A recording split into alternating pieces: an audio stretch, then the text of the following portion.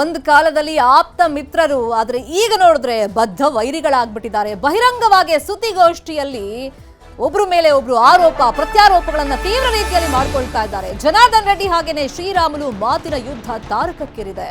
ಇಬ್ಬರ ನಡುವೆ ನಾನಾ ನೀನಾ ಅಂತ ಹೇಳಿ ಪ್ರತಿಷ್ಠೆಯ ಫೈಟ್ ಅನ್ನೋದು ತಾರಕಕ್ಕೇರಿದೆ. ಆರೋಪಗಳ ಸುರಿಮಳೆಯನ್ನ ಇಬ್ರು ಕೂಡ ಪರಸ್ಪರ ಮಾಡ್ಕೊಳ್ತಾ ಇದ್ದಾರೆ. ಹಾಗಾದ್ರೆ ಮಾಜಿ ಕುಚ್ಚಿಕ್ಕುಗಳ ಈ ಗುದ್ದಾಟಕ್ಕೆ ಕಾರಣ ಏನಾಯ್ತು? ಪರಮಾಪ್ತರ ಸ್ನೇಹಕ್ಕೆ ಹುಳಿ ಹಿಂಡಿದ್ ಯಾರು ಅನ್ನೋ ಕುರಿತಂತೆ ನ್ಯೂಸ್ 18 ನಲ್ಲಿ ಪಿನ್ ಟು ಪಿನ್ ಮಾಹಿತಿಯನ್ನ ನಾವು ಕೊಡ್ತಾ ಹೋಗ್ತೀವಿ. ನಿನ್ನೆ ಸುದ್ದಿಗೋಷ್ಠಿ ನಡೆಸಂತ ಸಂದರ್ಭದಲ್ಲಿ ನಾವು ನೋಡಿದ್ವಿ, ಹಳೆಯ ವಿಷಯಗಳನ್ನ ಕೆದಕಿ 40 ವರ್ಷದ ಸ್ಟೋರಿಯನ್ನ ಹೇಳಬೇಕು ಅಂತಂದ್ರೆ ಇನ್ನೂ ಟೈಮ್ ಬೇಕಾಗುತ್ತೆ. ಆದ್ರೆ ಕೆಲವೊಂದು ಮೇಜರ್ ವಿಷಯಗಳ ಬಗ್ಗೆ ಇಬ್ರು ಪ್ರಸ್ತಾಪ ಮಾಡ್ತಾರೆ, ಆರೋಪಗಳನ್ನ ಮಾಡ್ಕೊಂಡಿದ್ದಾರೆ. ಮಾಜಿ ಕುಚ್ಚಿಕ್ಕುಗಳ ನಡುವೆ ಮನಸ್ತಾಪ ಯಾಕಾಯ್ತು? ಈ ಬಗ್ಗೆ ಹೇಳೋದಕ್ಕೂ ಮೊದಲು ನಿನ್ನೆ ನಡೆದಂತ ಸುದ್ದಿಗೋಷ್ಠಿಯಲ್ಲಿ ವಾಕ್ಸಮರ ಹೆಂಗಿತ್ತು ಮೊದಲು ಅದನ್ನ ನೋಡೋಣ. ಶ್ರೀರಾಮುಲು ಅವರು ನಮ್ಮ ಮಾವನ್ನ ಕೊಲೆ ಮಾಡಿಸಿದ್ದು ದಿವಾಕರ್ ಬಾಬು ಅವರು, ನಾರಾಯಣ ರೆಡ್ಡಿ ಅವರು ಸೇರಿ ಸಂಪೂರ್ಣವಾಗಿ ಹಣ ಒದಗಿಸಿದ್ದು ಸೂರ್ಯನಾರಾಯಣ ರೆಡ್ಡಿ. ಇವತ್ತು ಅದೇ ನಮ್ಮ ಶ್ರೀರಾಮುಲು ಅವ್ರನ್ನ ಕೊಲೆ ಮಾಡಬೇಕು ಅಂತ ಹೇಳಿ ದಿನ ಬೆಳಿಗ್ಗೆ ಆದ್ರೆ ಒಂದು ಗುಂಪನ್ನ ಕಟ್ಕೊಂಡು ತಾನೇ ಪ್ಲಾನ್ಗಳೆಲ್ಲ ಮಾಡ್ಕೊಂತ, ಆ ಸಂದರ್ಭದಲ್ಲಿ ಒಂದಿನ ಅವನಿಗೆ ಒಂದು ಗಾಬರಿಯಲ್ಲಿ ಬಂದು ಹೇಳ್ದ, ನಾನು ನಿನ್ನ ಹತ್ರ ಹೇಳಲೇಬೇಕು ಜನಾರ್ದನ್, ನಾನಂತ ಅವ್ರನ್ನ ಸಾಯಿಸ್ತೀನಿ, ಬಿಡಲ್ಲ. ನಮ್ಮ ಮಾವನ್ನ ಸಾಯಿಸ್ಬಿಟ್ರು. ರಾಮಾಯಣ ಮಹಾಭಾರತಗಳು ಪುರಾಣಗಳು ಎಲ್ಲದನ್ನು ಕೂಡ ಹೇಳಿ ಸನ್ಮಾರ್ಗದಲ್ಲಿ ತಗೊಂಡು ಬಂದಿದ್ದೆ. ನಂದೇನಾದ್ರೂ ತಪ್ಪಾಯ್ತಾ ಅನ್ನೋದು ಇವತ್ತು ನನಗೆ ಅನಿಸ್ತಾ ಇರುವಂತ. ಏನೇ ಅಕಸ್ಮಾತ್ ರಾಮುಲು ಕ್ರಿಮಿನಲ್ ಅಂತ ಹೇಳಿದ್ರ, ಯಾರು ಸತ್ತೋಗಿದ್ರೆ ಇಲ್ಲ ಇವ್ನು ಮರ್ಡರ್ ಮಾಡ್ಬೇಕು ಅಂದ್ಕೊಂಡಿದ್ದ. ಅಷ್ಟೊತ್ತೊಳಗಡೆ ದಿವಾಕರ್ ಅವರು ಬಾಬು ಅವ್ರು ಬಂದ್ರು. ಆ ದಿವಾಕರ್ ಬಾಬು ಬಂದಂತ ನಾರಾಯಣ ರೆಡ್ಡಿನ ಮುಗಿಸ್ತೀನಿ ಅಂತ ಹೇಳಿ ಎಷ್ಟು ನೋಡ್ರಿ, ಅವ್ರು ಹೆಂಗ್ ಲಿಂಕ್ ಮಾಡ್ತಾನೆ ನೋಡ್ರಿ. ಅವನಲ್ಲಿ ಟ್ಯಾಲೆಂಟ್ ಇದೆ, ಅವ್ನ ಟ್ಯಾಲೆಂಟ್ ಇದೆ, ಟ್ಯಾಲೆಂಟ್ ಪೊಲಿಟಿಷಿಯನ್. ಅವನು ಕೊಯ್ಲೇಷನ್ ಗವರ್ಮೆಂಟ್ ಬರುವ ಸಂದರ್ಭದಲ್ಲಿ ಸನ್ಮಾನ್ಯ ಯಡಿಯೂರಪ್ಪ ಅವರು ಜನಾರ್ದನ್ ನೀನ್ ಕೂಡ ನಾಳೆ ನಮ್ಮ ಜೊತೆಯಲ್ಲಿ ಪ್ರಮಾಣ ವಚನ ಮಾಡ್ತೀವಿ ಅಂತ ಹೇಳಿದ್ರು. ಆವಾಗೊಂದು ಮಾತು ಹೇಳಿದೆ, ದಯಮಾಡಿ ನೀವೇನು ತಪ್ಪು ತಿಳ್ಕೊಳ್ಳೋಕೆ ಹೋಗ್ಬೇಡಿ. ಹಾಗಾಗಿ ಆ ವಾಲ್ಮೀಕಿ ಜನಾಂಗಕ್ಕೆ ಸಂಬಂಧಪಟ್ಟಿರೋ ಶ್ರೀರಾಮುಲ್ನ ನೀವು ನಿಮ್ ಜೊತೆಯಲ್ಲಿ ಮಂತ್ರಿ ಮಾಡಿಕೊಳ್ಳೋದ್ರಿಂದ ಮುಂದೆ ಭಾರತೀಯ ಜನತಾ ಪಕ್ಷಕ್ಕೆ ಅನುಕೂಲ ಆಗುತ್ತೆ. ಸೊ ನನ್ನ ಬದಲು ಶ್ರೀರಾಮುಲ್ನ ಮಂತ್ರಿ ಮಾಡಿ ಅಂತ ಹೇಳಿದ್ದು ನಾನು ಶ್ರೀರಾಮುಲ್ಗೆ ಮಾಡಿರುವಂತ ಇನ್ನೊಂದು ದ್ರೋಹ. ಅಂದ್ರೆ ನಾನೇನು ಆದಿ ಬೀದಿಯಲ್ಲಿ ಹೋದಂತ ವ್ಯಕ್ತಿಯನ್ನಲ್ಲ, ನಂದು ಪೊಲಿಟಿಕಲ್ ಫ್ಯಾಮಿಲಿ. ಅವತ್ತಿನ ಕಾಲದಲ್ಲೇ ಅವತ್ತಿನ ರಾಜೀವ್ ಗಾಂಧಿ ಅವರು ನಮ್ಮ ಮಾವನವ್ರ ಹತ್ರ ಮಾತಾಡ್ತಿದ್ರು. ಬಸವರಾಜೇಶ್ವರ ನಮ್ಗೆಲ್ಲರೂ ಕೂಡ ಅವತ್ತಿನ ಕೇಂದ್ರದ ಮಂತ್ರಿಗಳಾಗಿದ್ರು. ಎಲ್ಲ ಒಂದು ಕಡೆ ಹೇಳ್ತಾ ಇದ್ರು, ನಾನೇ ಬೆಳೆಸಿದೀನಿ, ಯಾರು ಬೆಳೆಸಬೇಕಾಗುತ್ತೆ?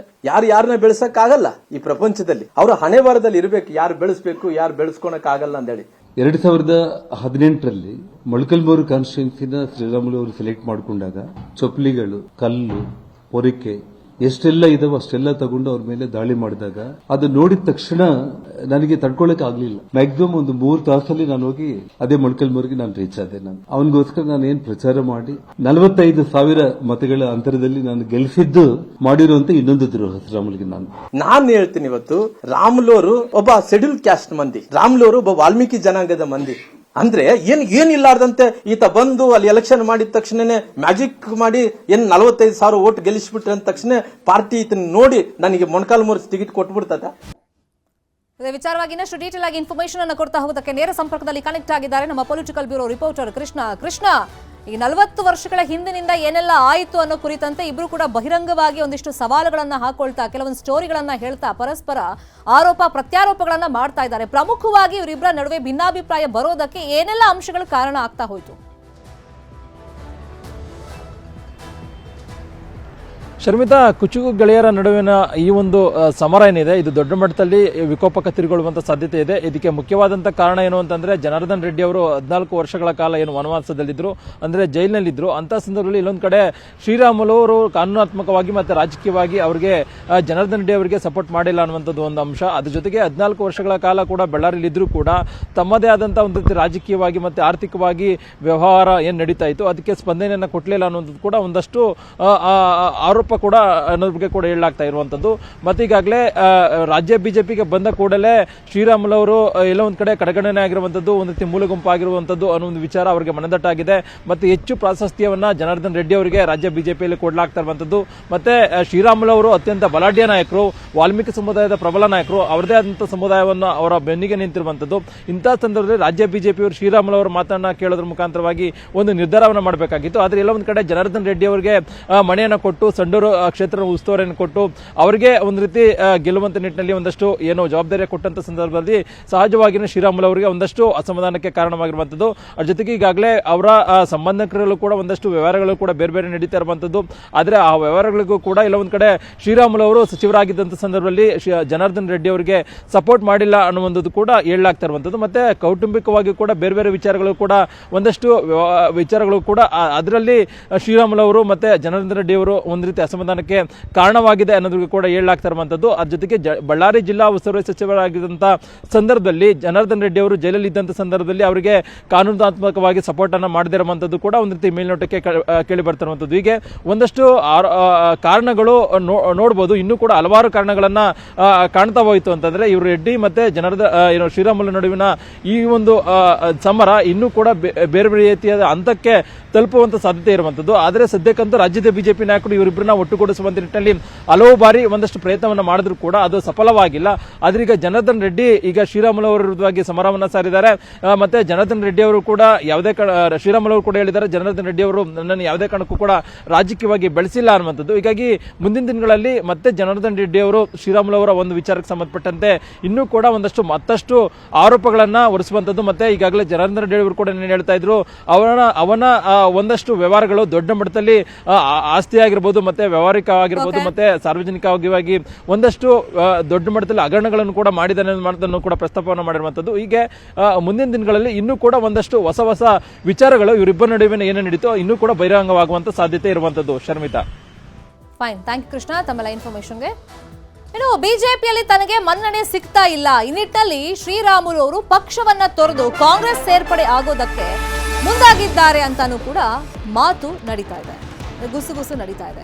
ಕಾಂಗ್ರೆಸ್ ಹೈಕಮಾಂಡ್ ಜೊತೆ ಶ್ರೀರಾಮುಲು ಸಂಪರ್ಕದಲ್ಲಿದ್ದಾರಂತೆ. ಮೊದಲ ಸುತ್ತಿನ ಮಾತುಕತೆಗೆಲ್ಲ ಮುಗ್ದೋಗಿದೆಯಂತೆ. ರೆಡ್ಡಿ ಜೊತೆ ವೈಮನಸ್ಸಿನಿಂದ ಬಿಜೆಪಿಯಲ್ಲೇ ಇದ್ರೆ ರಾಜಕೀಯವಾಗಿ ಬೆಳೆಯೋದು ಕಷ್ಟವಾಗುತ್ತೆ. ಮುಂದಿನ ಚುನಾವಣೆಯಲ್ಲಿ ಬಿಜೆಪಿಯಿಂದ ಟಿಕೆಟ್ ಗಿಟ್ಟಿಸ್ಕೊಂಡು ನಿಂತರೂ ಕೂಡ ಗೆಲ್ಲೋದು ಕಷ್ಟ ಅನ್ನೋ ಲೆಕ್ಕಾಚಾರದಲ್ಲಿ ರಾಮುಲು ಇದ್ದಾರಂತೆ. ಆ ನಿಟ್ಟಿನಲ್ಲಿ ಬಿಜೆಪಿ ಪಕ್ಷ ಬಿಟ್ಬಿಡೋಣ ಅಂತಾನೂ ಕೂಡ ನಿರ್ಧಾರಕ್ಕೆ ಬಂದಿದ್ದಾರಂತೆ. ಈಗ ಕಾಂಗ್ರೆಸ್ ಜೊತೆಯಲ್ಲಿ ಒಂದ್ ಸುತ್ತಿನ ಮಾತುಕತೆ ಆಗಿದೆ. ಕಾಂಗ್ರೆಸ್ ಹೈಕಮಾಂಡ್ ಜೊತೆನೂ ಸಂಪರ್ಕದಲ್ಲಿ ಇರೋದ್ರಿಂದ ಕಾಂಗ್ರೆಸ್ನ ಗ್ರೀನ್ ಸಿಗ್ನಲ್ಗೋಸ್ಕರ ಸದ್ಯಕ್ಕೆ ರಾಮುಲು ವೇಟ್ ಮಾಡ್ತಾ ಇದ್ದಾರಂತೆ. ಶ್ರೀರಾಮುಲು ಜೊತೆಗೆ ಹಲವು ಬಿಜೆಪಿಗರು ಕಾಂಗ್ರೆಸ್ಗೆ ಸೇರ್ಪಡೆ ಆಗ್ತಾರೆ ಅಂತ ಗುಸುಗುಸು ನಡೀತಾ ಇದೆ. ಶ್ರೀರಾಮುಲು ಮನವೊಲಿಕೆಗೆ ಇನ್ನೊಂದ್ ಕಡೆ ಬಿಜೆಪಿ ನಾಯಕರು ಸರ್ಕಸ್ ಅನ್ನ ಮಾಡ್ತಾ ಇದ್ದಾರೆ. ಇನ್ನು ಶ್ರೀರಾಮುಲು ಜೊತೆಯಲ್ಲಿ ಮಾಜಿ ಶಾಸಕ ಟಿಎಚ್ ಸುರೇಶ್ ಬಾಬು, ಮಾಜಿ ಸಂಸದ ಸಣ್ಣ ಫಕೀರಪ್ಪ ಕೂಡ ಕಾಂಗ್ರೆಸ್ ಸೇರ್ಪಡೆ ಆಗುವಂತ ಸಾಧ್ಯತೆಗಳು ಇದೆಯಂತೆ. ಈ ನಿಟ್ಟಿನಲ್ಲಿ ಮಾತುಕತೆಗಳು ಆಗ್ತಾ ಇದೆಯಂತೆ. ಇನ್ನೊಂದ್ ಕಡೆ ಕಾಂಗ್ರೆಸ್ ಅಲ್ಲೂ ಈ ವಿಷಯವಾಗಿ ರಾಜಕೀಯ ಲೆಕ್ಕಾಚಾರಗಳು ಜೋರಾಗಿ ನಡೀತಾ ಇದೆ. ಸತೀಶ್ ಜಾರಕಿಹೊಳಿಯನ್ನ ಮುಗಿಸೋದಕ್ಕೆ ಶ್ರೀರಾಮುಲು ಅವರಿಗೆ ಡಿಕೆ ಶಿವಕುಮಾರ್ ಗಾಳ ಹಾಕ್ತಾ ಇದ್ದಾರೆ ಅಂತ ಹೇಳಿ ಜನಾರ್ದನ್ ರೆಡ್ಡಿ ಆರೋಪವನ್ನ ಮಾಡಿದ್ರು. ಇದಕ್ಕೆ ತಿರುಗೇಟು ಕೊಟ್ಟಿರುವಂತ ಶ್ರೀರಾಮುಲು, ಇದು ರೆಡ್ಡಿ ಊಹೆ ಅಷ್ಟೇ, ಸತೀಶ್ ಮಟ್ಟ ಹಾಕೋದಕ್ಕೆ ನಾನ್ಯಾರು ಅಂತ ಹೇಳಿ ಪ್ರಶ್ನೆ ಮಾಡಿದ್ದಾರೆ. ಶಿವಕುಮಾರ್ ಅವರು ಸತೀಶ್ ಜಾರಕಿಹೊಳಿ ಅವ್ರನ್ನ ಮಣಿಸೋದಕ್ಕೆ ಯಾರಾದ್ರೂ ಒಬ್ಬರು ಬೇಕು ಅಂತೇಳಿ, ಅದು ಶ್ರೀರಾಮುಲ್ನ ಹೇಗಾದ್ರೂ ತಗೋಬೇಕು ಅಂತೇಳಿ ಶ್ರೀರಾಮುಲ್ಗೆ ಇಲ್ಲಿ ಇರೋ ವಾತಾವರಣ ನೋಡಿಕೊಂಡು ಇದೆಲ್ಲ ಕೂಡ ನಾನೇ ಟಿವಿಗಳಲ್ಲಿ ನೋಡ್ತಾ ಇರೋದು. ಅದೇನು ನನಗೆ ನೇರವಾಗಿ ಬಂದು ಯಾರು ಹೇಳಿದ್ದಂತಲ್ಲ. ನಾನು ಹೇಳ್ತಾ ಇರೋದೇನೆಂದ್ರೆ, ನೀವು ಇರಬೇಕಾ ಬಿಡಬೇಕಾ ಅದು ನಿನಗೆ ಮತ್ತು ಪಕ್ಷಕ್ಕೆ ಬಿಟ್ಟಿದ್ದು. ನಿನ್ನ ಮನಸ್ಸಿಗೆ ಏನ್ ತೋಚುತ್ತೆ, ಏನ್ ಅನ್ನುತ್ತೆ, ಇರಬೇಕಾ ಅಥವಾ ಕಾಂಗ್ರೆಸ್ಗೆ ಹೋಗ್ತೀರಾ, ಇನ್ನೊಂದಕ್ಕೆ ಹೋಗ್ತೀರಾ, ಇನ್ನೊಂದು ಯಾವ ವಿಚಾರ ಏನನ್ನೋದು ಅದು ನಿನಗೆ ಬಿಟ್ಟಿದ್ದು. ಅವ್ರ ಊಹೆ ಇರಬಹುದು, ಯಾವುದು ಜನಾರ್ದನ್ ರೆಡ್ಡಿ ಅವರು ಊಹೆ ಅಂದ್ರೆಗಿನ ಅವ್ರನ್ನ ಮಟ್ಟಾಕಕ್ಕ, ನಾನು ಸತೀಶ್ ಅವ್ರನ್ನ ಮಟ್ಟಾಕಕ್ಕ ನಾನ್ಯಾರು ಸತೀಶ್ ಅವ್ರ ಮಟ್ಟಕ್ಕೆ ಅವ್ರ ಪಾರ್ಟಿಯಲ್ಲಿ ಅವ್ರು ದೊಡ್ಡವರು, ನನ್ನ ಪಾರ್ಟಿಯಲ್ಲಿ ನಾನು ದೊಡ್ಡವನ, ನಾನು ಅವ್ರ ಮಟ್ಟಕ್ಕೆ ನಾನೇ ಅವನು. ಇದೇ ವಿಚಾರವಾಗಿ ಇನ್ನಷ್ಟು ಡೀಟೇಲ್ ಆಗಿ ಇನ್ಫಾರ್ಮೇಶನ್ ಕೊಡ್ತಾ ಹೋಗೋದಕ್ಕೆ ನೇರ ಸಂಪರ್ಕದಲ್ಲಿ ಕನೆಕ್ಟ್ ಆಗಿದ್ದಾರೆ ನಮ್ಮ ರಿಪೋರ್ಟರ್ ಬಸವರಾಜು. ಇವಾಗ ರಾಜಕೀಯ ಭವಿಷ್ಯವನ್ನ ಲೆಕ್ಕಾಚಾರ ಹಾಕಿದಾಗ ರಾಮುಲು ಅವರು ಈಗ ವೈಮನಸ್ಸಿನಿಂದ ನನಗೆ ಮುಂದೆ ಬಿಜೆಪಿಯಲ್ಲಿ ಇದ್ರೆ ಗೆಲ್ಲೋದಕ್ಕೆ ಕಷ್ಟ ಆಗುತ್ತೆ ಅಂತ ಹೇಳಿ ಕಾಂಗ್ರೆಸ್ ಕಡೆ ಮುಖ ಮಾಡಬಹುದು, ಆ ಲೆಕ್ಕಾಚಾರದಲ್ಲಿ ಇದ್ದಾರೆ, ಮಾತುಕತೆ ಎಲ್ಲ ಆಗಿದೆ ಅಂತ ಹೇಳ್ತಾ ಇದ್ದಾರೆ. ಸೊ ಇವರಿಬ್ಬರ ವೈಮನಸ್ಸು ಬಳ್ಳಾರಿಯಲ್ಲಿ ಯಾವ ತರ ಸಂಚಲನವನ್ನ ಉಂಟು ಮಾಡಿದೆ ರಾಜಕೀಯ ವಲಯದಲ್ಲಿ, ಮತ್ತೆ ಕಾಂಗ್ರೆಸ್ ಸೇರ್ಪಡೆ ಯಾವಾಗ ಆಗ್ಬಹುದು, ಫೆಬ್ರವರಿ ಅಂತ ಹೇಳ್ತಾ ಇದ್ದಾರೆ. ಖಂಡಿತ ಶರ್ಮಿತಾ, 4 ದಶಕಗಳ ಆಪ್ತಮಿತ್ರರಾಗಿರ್ತಕ್ಕಂಥ ಜನಾರ್ದನ್ ರೆಡ್ಡಿ, ಶ್ರೀರಾಮುಲು ನಡುವೆ ಉಂಟಾಗಿರ್ತಕ್ಕಂಥ ಬಿರುಕು ಬಳ್ಳಾರಿ ಮಾತ್ರ ಅಲ್ಲ, ಇಡೀ ರಾಜ್ಯ ರಾಜಕಾರಣದಲ್ಲಿ ಕೂಡ ಸಾಕಷ್ಟು ಸಂಚಲನವನ್ನ ಸೃಷ್ಟಿ ಮಾಡಿರ್ತಕ್ಕಂಥದ್ದು. ಯಾಕೆಂತಂದ್ರೆ ಇಬ್ಬರ ನಡೆಯಲಿರ್ತಕ್ಕಂಥ ಗೆಳೆತನ ಸಾಕಷ್ಟು ಬಾರಿ ಕೂಡ ಸಾಕಷ್ಟು ನಾಯಕರು ಕೂಡ ಇವರನ್ನ ಕೊಂಡಾಡಿದ್ದು ಕೂಡ ಉಂಟು. ಯಾಕಂತಂದ್ರೆ ಆದ್ರೆ ಈಗ ಉಂಟಾಗಿರ್ತಕ್ಕಂಥ ಇವರ ನಡುವೆ ಉಂಟಾಗಿರ್ತಕ್ಕಂಥ ವೈಮನಸ್ಸು ಮನಸ್ತಾಪ ಇದು ತೇಪೆ ಹಚ್ಚಲಾರದಂತ ಒಂದು ಮನಸ್ತಾಪ ಅಂತ ಕೂಡ ಈಗಾಗಲೇ ರಾಜಕೀಯವಾಗಿ ಕೂಡ ಸಾಕಷ್ಟು ಚರ್ಚೆಗಳು ಕೂಡ ನಡೀತಾ ಇರ್ತಕ್ಕಂಥದ್ದು.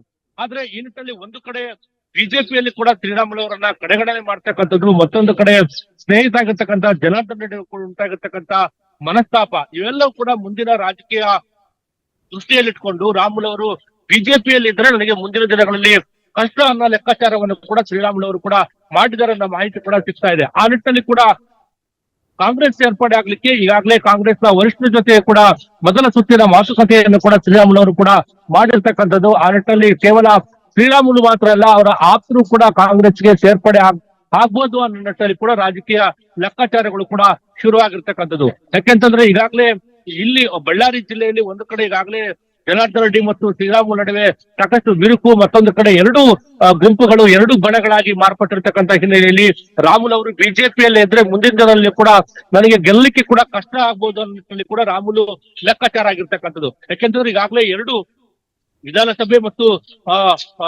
ಲೋಕಸಭೆ ಚುನಾವಣೆಯಲ್ಲಿ ಕೂಡ ಎರಡೂ ಚುನಾವಣೆಯಲ್ಲಿ ಕೂಡ ಸೋತು ಕಂಗೆಟ್ಟಿರ್ತಕ್ಕಂಥ ರಾಮುಲು ರಾಜಕೀಯ ಲೆಕ್ಕಾಚಾರ ಮತ್ತು ರಾಜಕೀಯ ಬದಲಾವಣೆ ಕೂಡ ಯೋಚನೆ ಮಾಡ್ತಾ ಇದ್ದಾರೆ ಅನ್ನೋ ಮಾಹಿತಿ ಕೂಡ ಸಿಗ್ತಾ ಇದೆ. ಆ ನಿಟ್ಟಿನಲ್ಲಿ ಕೂಡ ಈಗಾಗಲೇ ಜನಾರ್ದನ್ ರೆಡ್ಡಿ ಕೂಡ ಒಂದು ಒಳ ಸುಳಿವನ್ನು ಕೂಡ ಕೊಟ್ಟಿರ್ತಕ್ಕಂಥದ್ದು.